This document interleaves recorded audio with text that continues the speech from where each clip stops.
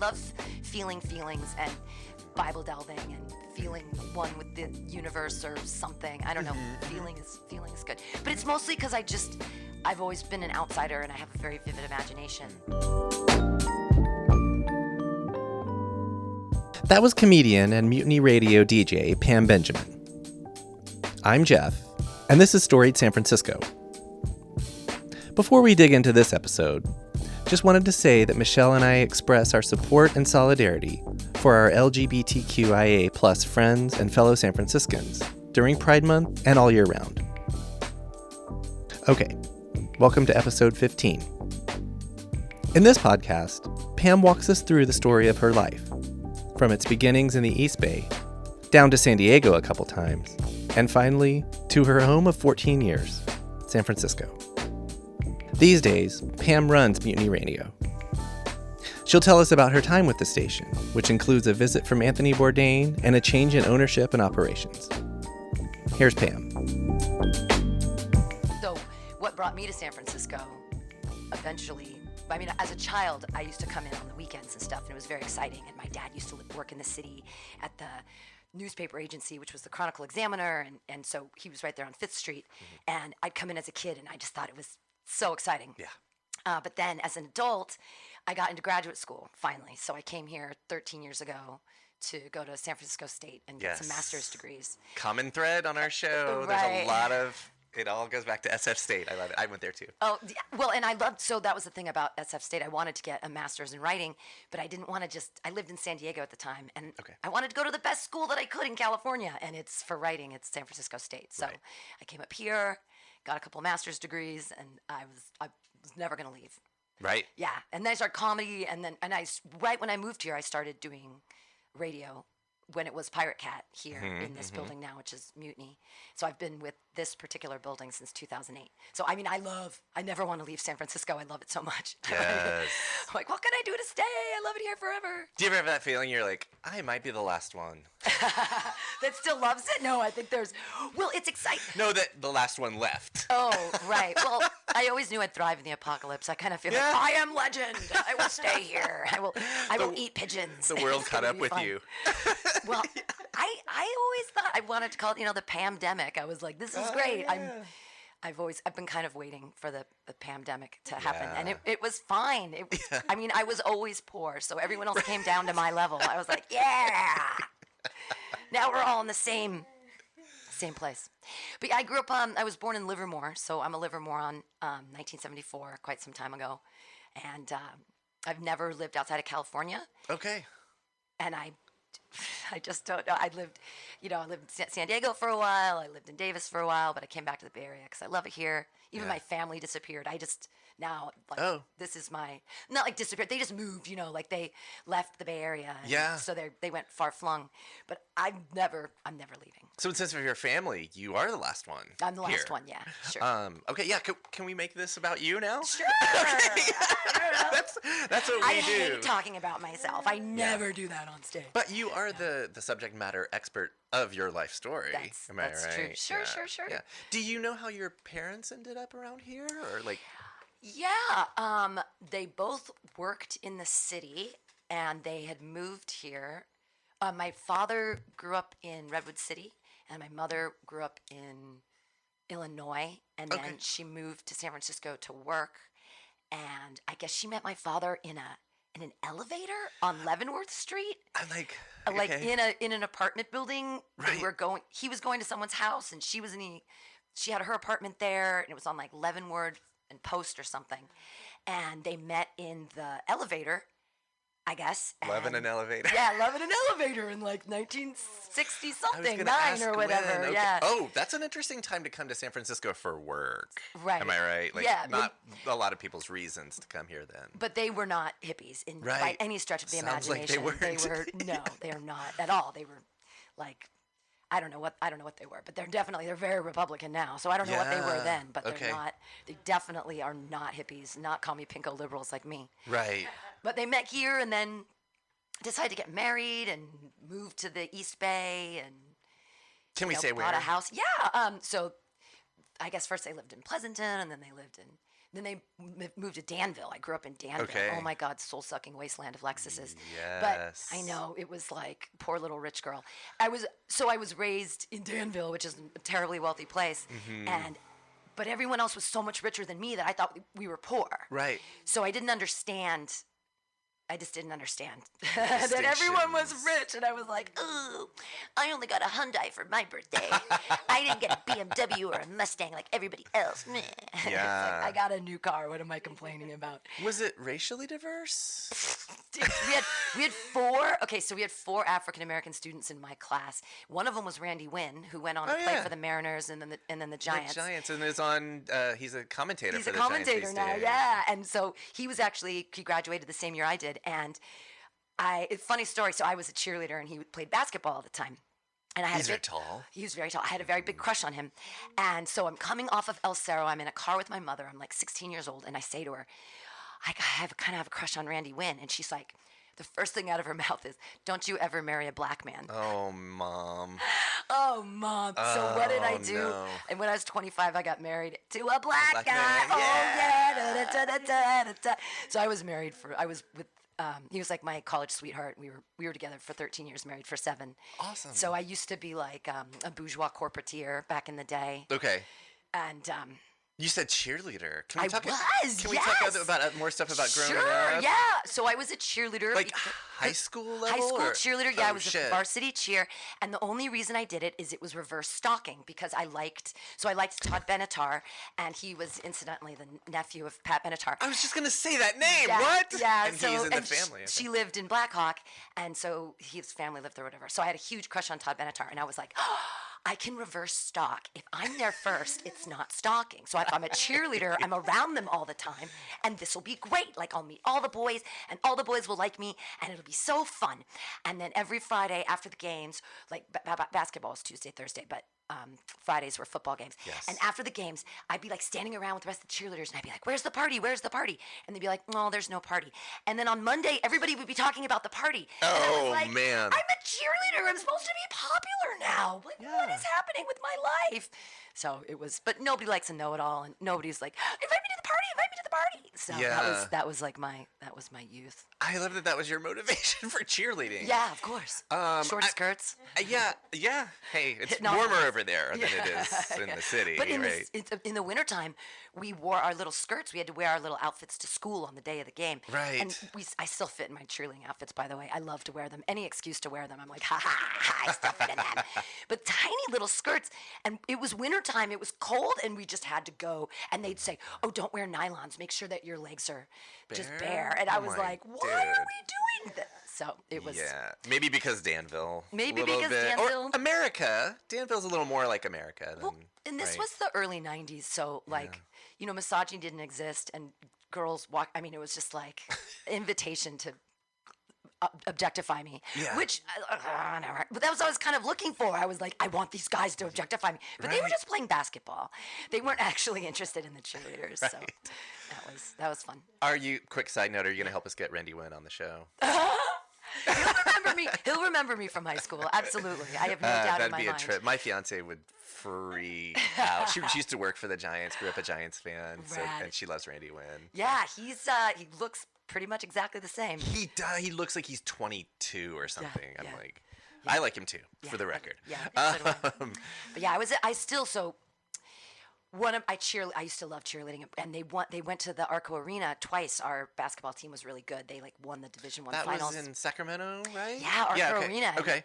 And so I got to cheer in Arco Arena, which was really exciting. But then, one of my favorite stories is when I got to cheer in Arco Arena as an adult, and it was 1997, and I won tickets to a Smashing Pumpkins concert. I won tickets to the front row at Arco Arena. No way. And I was so excited. I was freaking out, and I was so excited because I just won them walking around. I'd heard about the Quad Spies. Anyways, so I win the tickets, and I'm losing my mind. And I get down to the front, and Garbage was opening, which I love. Yes. And it was Smashing Pumpkins, and I love the Smashing Pumpkins. That's a great bill. And so, I know, right? So I'm down in the front row, And my now ex-husband, he's there, and I'm so excited. And we had seen the Cow Palace show, and it was terrible. They had to end early because people were moshing, and it was terrible, and they were upset. So we bought tickets. Anyways, so we're there, and I'm on one side, and he's on the other. And I'm like, okay, I'm going to make this side yell smashing, and you're going to make this side yell pumpkins. He's like, I don't want to do this. I don't want to do this. I was like, we're doing this. You get over there, and we're doing this. So I get up in front, and I'm like, the Smashing Pumpkins were in San Francisco, and it sucked.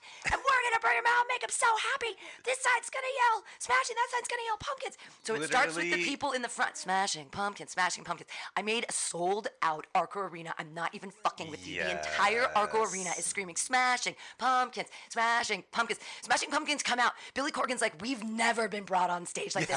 You're going to have the best show we've ever had. Hell and they just go, and I was like, I did that. You literally led the cheer. I did. In a huge auditorium. And the sold out. I was so happy. I was like, this is my cheerleading. This is what my whole life was training for. It led up to that. That's fucking awesome. So that's like a childhood story. But that's from the 90s. I'm so old now that even the stories in the 90s are childhood stories. That's okay. So. We're old too. And the last 4 years aged all of us. But did you have siblings? Do you have siblings? I do. I have an older brother, but he's also extremely Republican. And very religious. Yeah. And my upbringing was very, very Jesus-centric. Okay. So I was super, super, super religious. It kind of checked all the boxes, it sounds like. The white, rich, Republican, and Christian. Right, yeah. And it was singing for the choir and the whole thing. Just being really involved in church. And, I didn't drink or smoke or do anything fun until college, all that kind of stuff. I was really clandestine. And no wonder no one wanted to invite me to the parties because no one wants to bring the stick in the mud. They're like, well, she doesn't have any fun. I'm like, I do. Let's sing songs to God. Come on. No, I'm kidding. I would never do that at a party. I would probably be scared and hang in the back and be like, everyone's so cool. Yeah. But no, I grew up with Jesus. And it was weird because when I was little, I've always had a very vivid imagination. So, of course, Christianity was perfect for me. But I wanted to have an invisible cat friend when I was 7 or 8, a 4-foot tall, fluffy, invisible cat friend.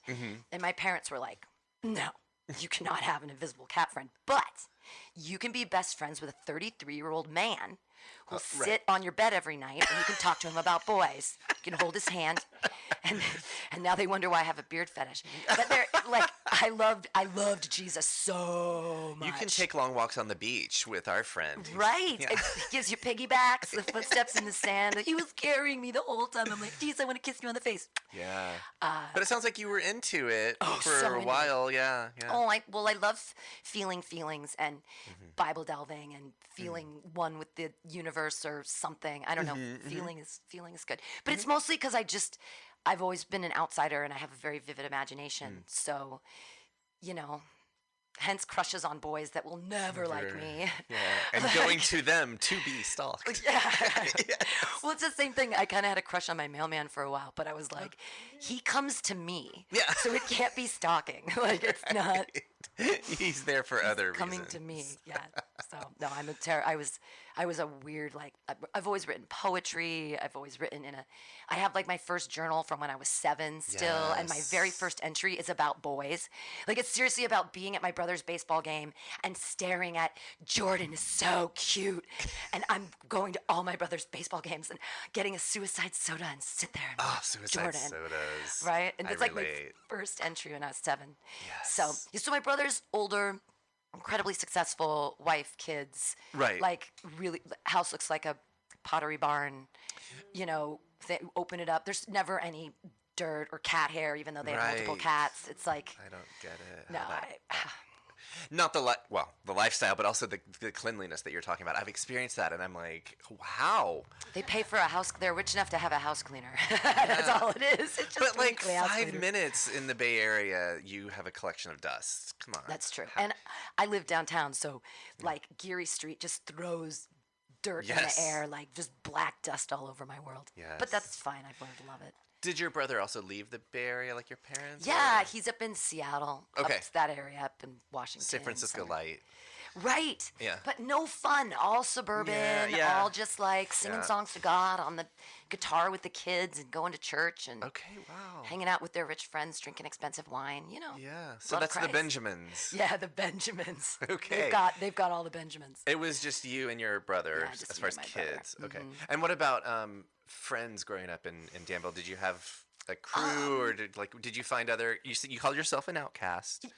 Did you have other outcast friends, or kind of in high school? But I've pretty much been a lone wolf because I went to Christian school from kindergarten through like almost the end of 7th grade, and the very first year in kindergarten, it was awful. I had a teacher, Mrs. Mowers. God, I hope she's dead. And she was so mean. Yeah. And I remember being 4 or 5, because I was young when I got into kindergarten, and we all had to memorize Bible verses. When you memorized a Bible verse, everyone would get an ice cream cone, little tiny ice cream cones. But I memorized my Bible verse, and she gave me graham crackers, and she pulled me aside, and she's like, "Fat little girls don't ever get anywhere in the world. You should really eat the graham crackers." God. Now, the irony is that graham crackers and the ice cream cone probably had the same amount of calories. Right. But what it did is it separated me from the class, and it did make me an outsider because the teacher basically fat-shamed me in front of the whole class. Dude. So then I was like, different, and I'm the one who did the Bible verse and performed it and did so great, and I didn't get the ice cream. What the hell? Right. So that was like the beginning of weirdness with Christianity, of you have to be a certain way for God to love you. You have to be a certain way for people to love you.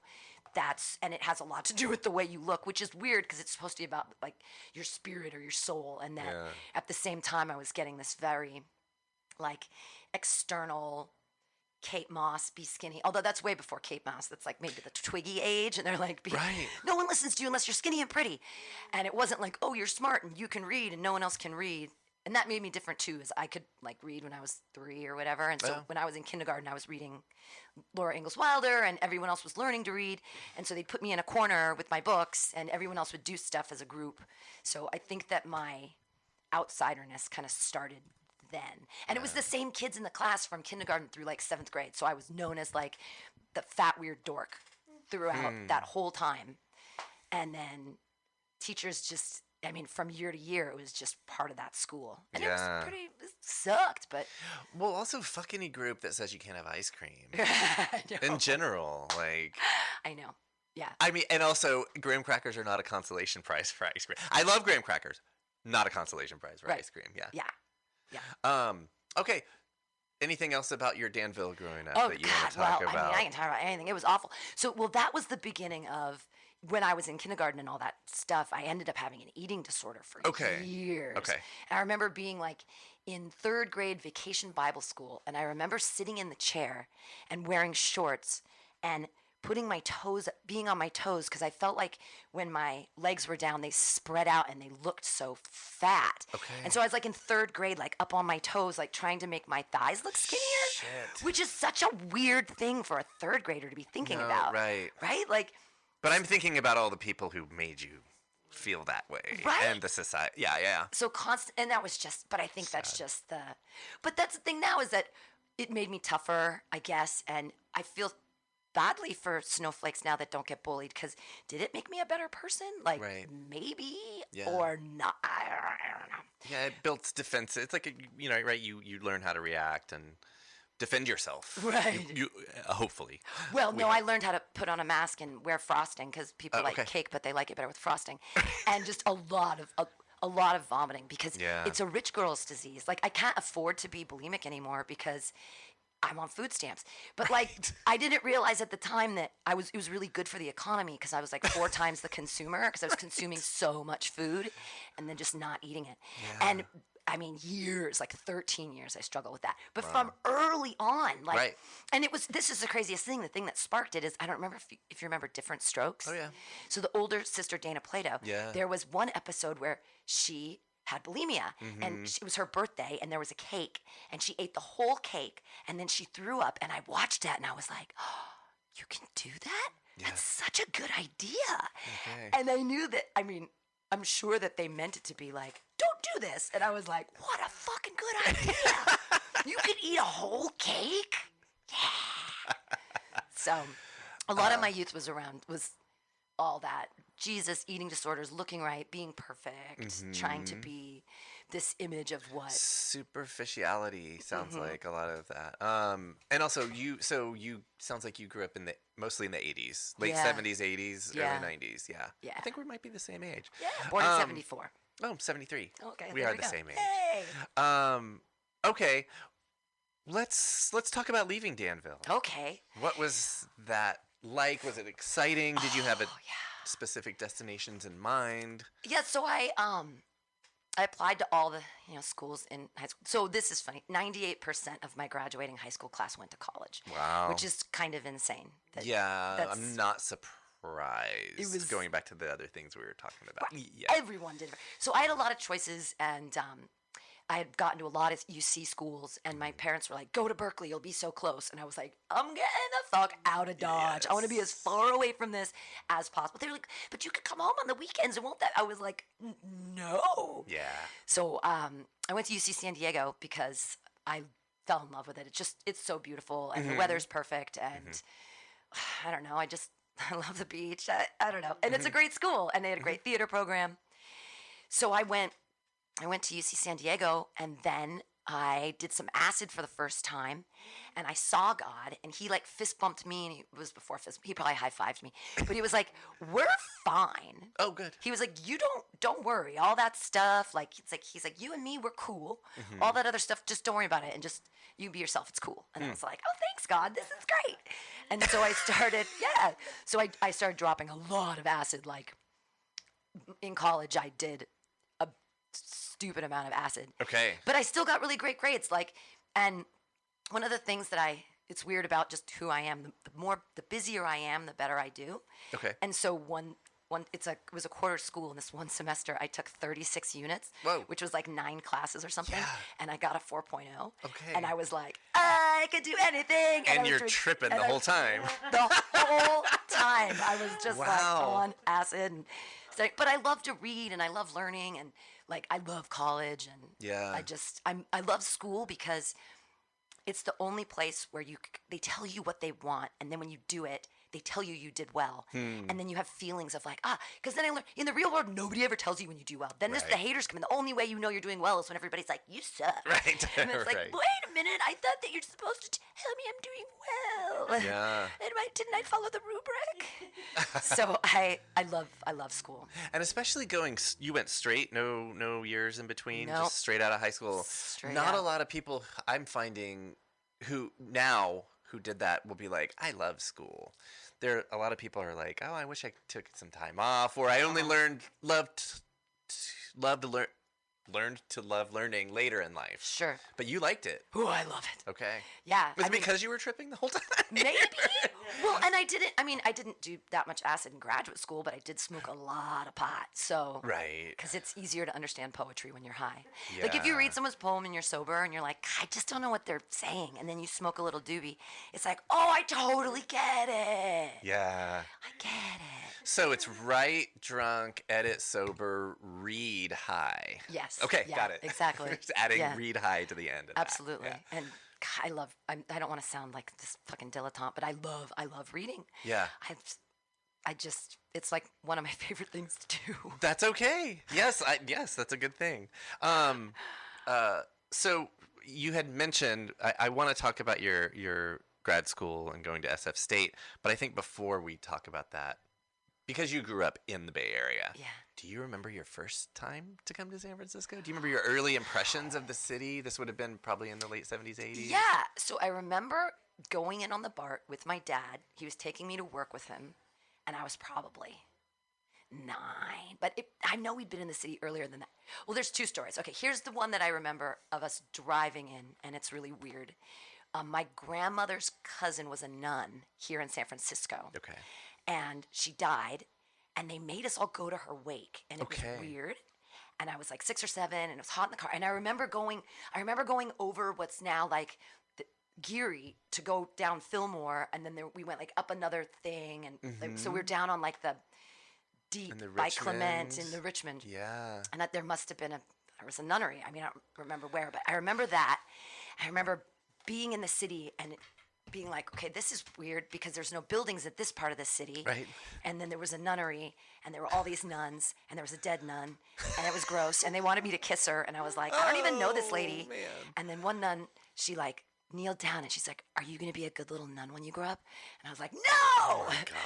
And now I sort of regret that decision because then I would have had like God take care of me, or I could have lived for free or something in the city and not have to deal with men. It'd just be so much easier to just love Jesus. Yeah. But I remember that as a child. But then also going in to my dad's work, which was downtown with all the big buildings. Mm-hmm. And mostly what I remember are the questionably housed and seeing people sitting on the street with dogs and signs and asking my dad, like, I have changed, and he'd say, I've seen this guy for 10 years. Mm. And he'd keep walking. And I'd be like, but they're, and he's like, if you're going to do something, buy him dog food. And I was like, okay. But so that's what I remember was feeling feelings for people that were clearly indigent in some way. Right. And my dad being like, just step over them. Don't worry about it. They've been here forever. This is their choice. And I was like, that callousness that's pervasive, unfortunately. But it's the Vietnam. It was... I mean, and you'd think that particular age group would have a heart because most of the people on the street were from Vietnam and Vietnam vets, and they'd serve the country. Right. And everyone wants you to serve the country, but then they don't want to take care of you afterwards. And then that whole Reagan thing where he dumped out all the mental institutions and just threw them all in the street in San Francisco. And then our questionably housed population just exploded, and nothing. We didn't. And so my dad came in every day. He drove the van pool, and sometimes we'd drive in with him in the van pool, and that was super cool. Mm-hmm.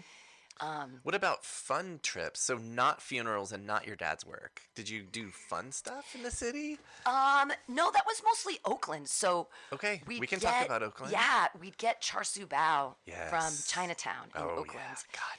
And yeah, that sounds really good right now. Well, and we'd get like 6 steamed and 6 baked. Yeah.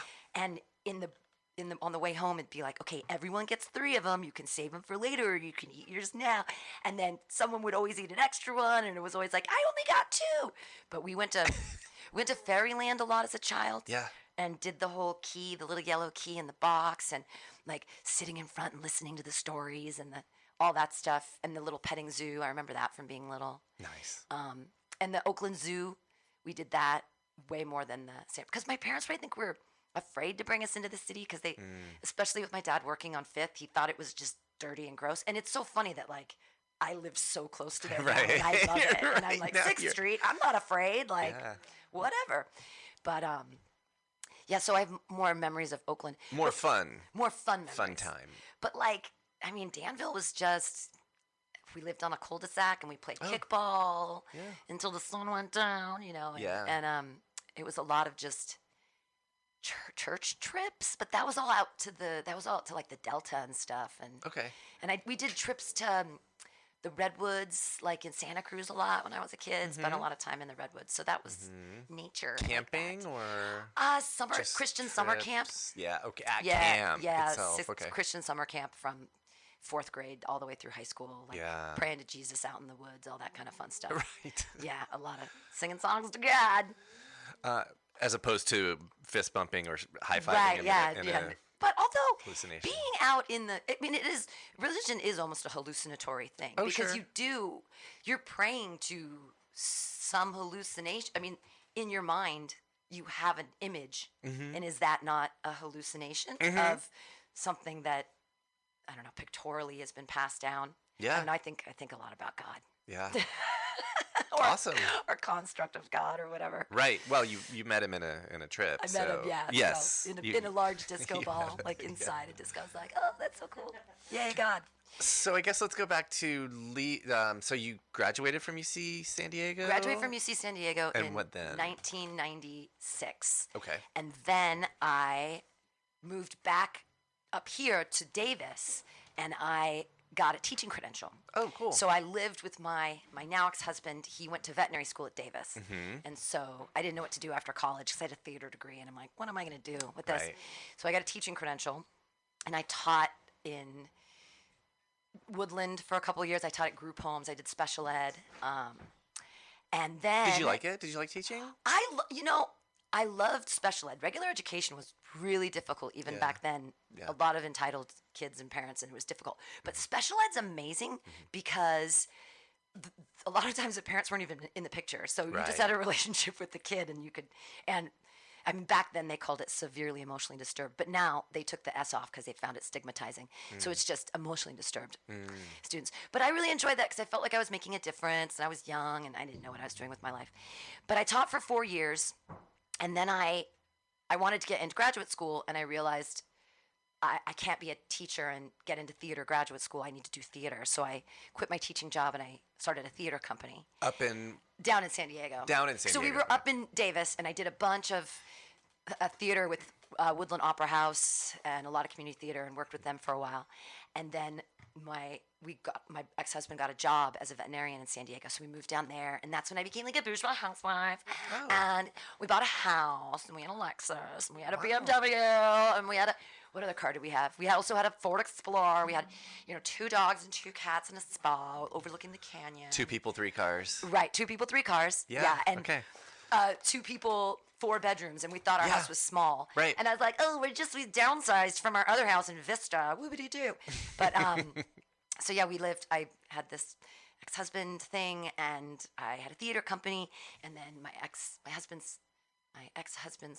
ex-mother-in-law, she was like, why don't you get a real job? So I quit my theater job and because I had been applying to graduate school and I wasn't getting in. I wanted to go to UC San Diego and they finally, Les Waters was the guy who let people in. He's the cousin of Roger Waters. Anyways, and he said, you're never going to get in here. You have to go away. He was like, go to Pennsylvania and you can come back. Go somewhere else. But he's like, you went here for undergrad. We want our program. We only accept 2 a year.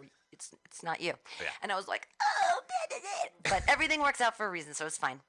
But I quit my theater company thing, and I started working for Ethan Allen. And I was a visual merchandiser. What do they do? They sell furniture. Furniture, right? Insurance, whatever. Yeah. And I was a visual merchandiser, so I was basically like a high-paid set designer because I had this big store, and I was like, I'm a set designer. This somewhat is so creative. Fun. Yeah, super creative, but also cog in a corporate wheel of consumerism. Right. And then I stopped taking birth control because I thought I wanted to get pregnant with my husband.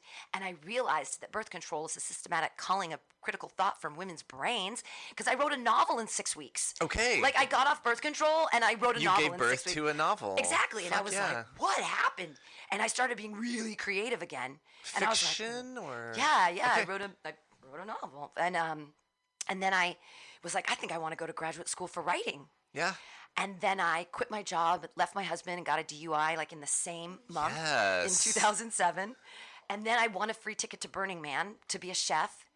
And then at Burning Man, they were like, you should move to San Francisco. And I realized there's really no reason for me to be in San Diego. I can't drive anymore. I can't substitute teach. I can't get to any of my work, anythings. Right. I don't know what to do. So I just moved to San Francisco.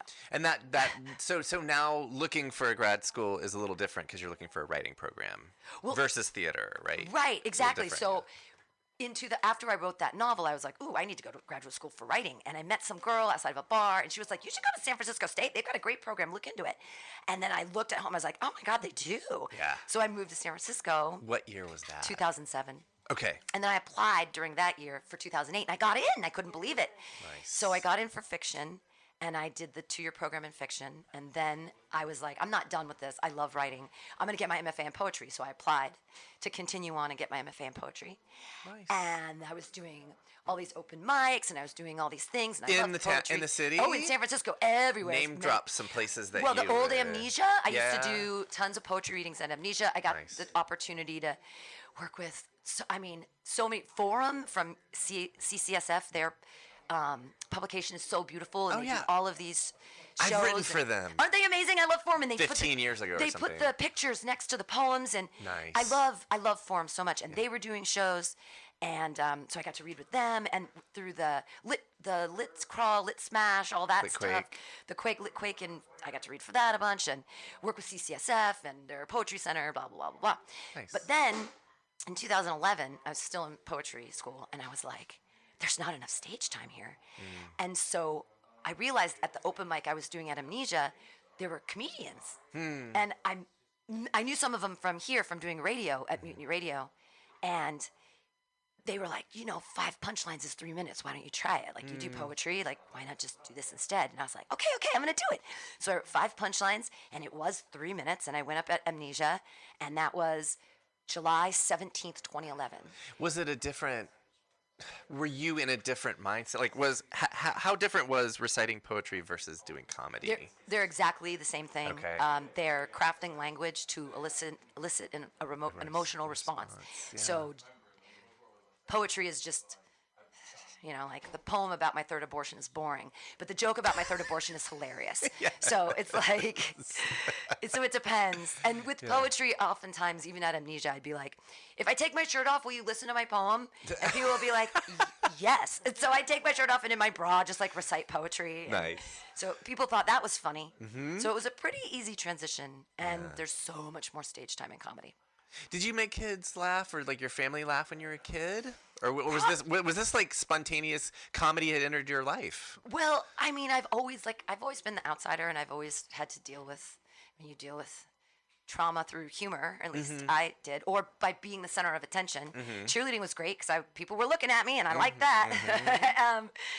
But I mean, I tried to tell stories as a child, but usually I was sort of shamed, like children should be seen and not heard. Right. Or, shut up, kid, have a graham cracker. Right. I wanted to tell jokes and stories and be on stage. I was a ballerina for 23 years, and I was classically trained in piano for 13 years. So I performed in more traditional classical ways. Right. But give me a microphone and have people laugh. Because I'd rather laugh at myself before anyone else could laugh at me. Okay, so fair enough. That's kind of the way that happened. So your story about getting started in comedy, though, you mentioned that you knew people from. Can we go back a little bit? Sure. And talk about what is this place and this thing that we're doing right now. I joined when it was Pirate Cat. I joined in 2008, and I was on a show with Diamond Dave Whitaker, who did Common Thread. And I'd read short stories. And then after a couple of months, it was so disorganized. And I was like, hey, man, I could stage manage your show for you. And he's like, oh, that'll be great. I think that'll be incredible. Because I'd run boards because I'd done theater for so long, and I'd stage managed so many shows, blah, blah, blah. So I started stage managing a show, and I was like, oh my God, I love this. I love radio. I love microphones. And then I got my own show, and I was doing lots of things here and performing and a lot of poetry and spoken word, blah, blah, blah. And then in 2011, we had to kick out the guy who was running the place because he fled the country and he'd embezzled some money. And then the FCC had come down on us because we had an illegal terrestrial tower, so we were broadcasting illegally. But we thought that under the FCC guidelines of 1942, that if you're at a time of war, you can have a shortwave tower. But I mean, like, America's always at war, so but we're we good. We're in operations and skirmishes. So once he said mission accomplished, the Anthony Bourdain thing happened, and he came here, and then we got a lot of press. And then the FCC came after us and tried to fine us $10,000. So what happened was we changed to Mutiny Radio because we're like, I don't know what Pirate Cat was. There's no fine. Yeah, None of us are them. Who are they? Yeah. So in 2011, Pirate Cat became Mutiny, and it was run by a board of people. Okay. And then in 2013, they were all like, fuck this shit, we're out. Oh. And I said, no. I've started comedy now. And without this place, doing my open mics, I'm nothing. I need this place. Yeah. And they're like, well, good luck. So I wrote a business plan, and I brought it to the group, and I was like, I'll take it over. And they were like, okay. So in 2013. You by yourself? By myself, yeah. Okay. So there were 5 people running it. And then in 2013, I was like, I'll just run it. And now it's 2021, and it still exists. Awesome. So that's that. Can we talk quickly about the Bourdain thing? Oh, yeah, absolutely. I just watched the documentary that's coming out next month, Roadrunner. So for me, this is timely. And I actually forgot until you just mentioned it that he came to the cafe, right? Yeah. And he had a bacon maple latte, and he talked into not that particular microphone. We have new microphones now, but he sat in a chair like that there and was interviewed, and then it was on the TV, and it was crazy. And was it cool? Were you here for that? No, I wasn't invited. I wasn't part of the cool group. But, got it. Okay. I was here when George, the punk parliament, P-Funk, George Clinton was here. I was here for that. I gave him some pop brownies he ate. Fuck yes. And that was awesome. I was like, I gave him pop brownies. And one of the people was like, are you sure he's performing tonight? And I was like, George Clinton smokes crack. These 2 pop brownies are going to do nothing to this man. Right. But so Anthony Bourdain was here, and I mean, it's exciting. A lot of people have been through this building. I got to interview Paul Mooney once on the phone. Nice. So that was R.I.P. exciting. And yeah, I mean, everybody. Wow. And Anthony Bourdain, R.I.P. Super like sad. Yes. The documentary is really good. Watch it. I watch it. It's a lot, it's like biographical, so it wasn't rough for an hour and 20 minutes, and then it goes into the last 2 years of his life, and it's waterworks. Oh, yeah. I'll watch it. I love that guy. I love all his books. He was an incredible writer. Totally. But the good thing about the documentary, I don't want to take us too far down that road, but is that it has the people from his life are in it. Wow. So right. Wife, daughter, so you whole get deal. not that she's in it, but not like in the it's footage. Sure. She's not interviewed, but Atavia and all that stuff. Way off on a tangent now. So now we made it through the pandemic. I was doing outdoor shows, and we still are. I love parklets. I've got a bunch of weekly shows, and I've had 5 comedy festivals here. The last one was in 2020, right before the pandemic, like a week before the shutdown. Awesome. And so I'm excited. I can bring it back in October, the 10th through the 16th. But this time I'm going to do it at all the new venues I have, because I gained so many outdoor venues through the pandemic, and I'm really excited. Do you want to tell folks where those are? Yeah. Every Wednesday at 7:30, we do a show with Asiento, which is a half a block from here. And Debbie of Asiento is amazing, another small business owner that made it through COVID. Awesome. And then Saturdays at 2 o'clock at Atlas, which is a block from us in the other direction. And same thing, they made it through. Yes. And it's incredible. So and happy. They have amazing sandwiches. And then the bar at Dolores, which is on 29th and Dolores, I do shows with them on Thursdays and the last Sunday of the month. Awesome. And and I'm gonna hopefully be working with El Rio, and then I just talked to the owner of OMG, because he just opened Rakesh, and he was like, I want to be in the festival, and I'm like, yes, of course, oh my god, that'll be so great. Awesome. So they're back open, which is exciting. And the festival you said is in October? It's gonna be October 10th through 16th, I believe, this year. Okay. Yeah, I I'm might just be getting married now. that week, but I'll do my best. Thank you. I'll do my best to come to see that. Yeah, I got my first STD from my first marriage. Okay. Yeah, sexually transmitted debt. That's what you get. That's what you get when you get married. Good luck. It's fun. Or maybe the kids these days are progressive. They call them STIs. Oh. So maybe it's more sexually transmitted income. Yeah. So good luck. This will be my third and my fiance's first. So she's like, 3rd time's a charm. Yeah.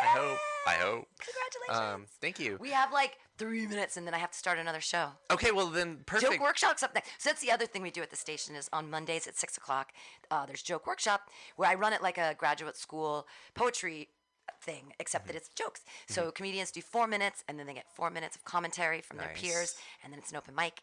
And then we also do Fridays at 6 o'clock, and it's a contest where comedians do 4 minutes, and I invite audience to be judges. Yes. And then they judge the comedians, and their 5 favorites all get booked shows with paid food and drink and money and the whole deal. So how cool. That's what we're here for the community, and it's super fun. My fiance, she's between jobs, and she's always wanted to do comedy. I told her to come here. That's right here. Tell her to come to Mutiny Radio. Okay, a couple of minutes. So what I want to end on is, what do you think of San Francisco? I mean, we're on literally the cusp. Tomorrow is when California opens. Yeah. What are your kind of hopes and visions for what San Francisco can be moving forward? Oh, my gosh.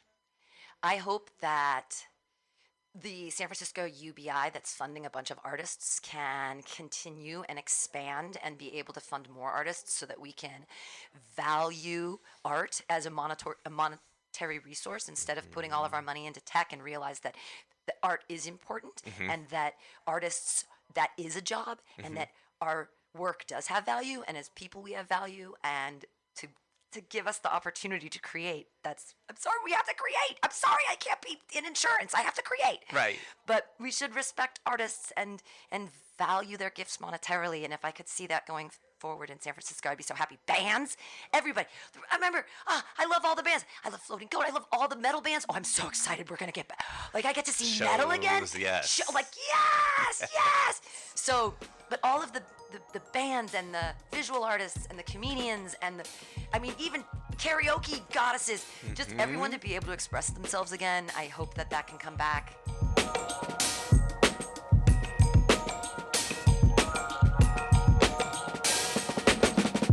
That was Pam Benjamin. On the next episode of Storied San Francisco, we've got some extra special guests for you. Meet the Curtis family C Notes in episode 16 next Tuesday. Music for the podcast was produced, performed, and curated by Otis McDonald. Original photography is by Michelle Kilfeather. Aaron Lim of Bitch Talk Podcast is our contributing producer. And the show is produced and hosted by me, Jeff Hunt. Now in our 4th season, we have more than 150 episodes available on our website, storiedsf.com, or wherever you listen to podcasts. If you can, subscribe, rate, and review our show so we can reach even more folks. And if you'd like to drop us an old-fashioned email, we'd love that. The address is storiedsf@gmail.com. Thanks for listening. Stay safe, stay strong, stay healthy, and we'll see you next time.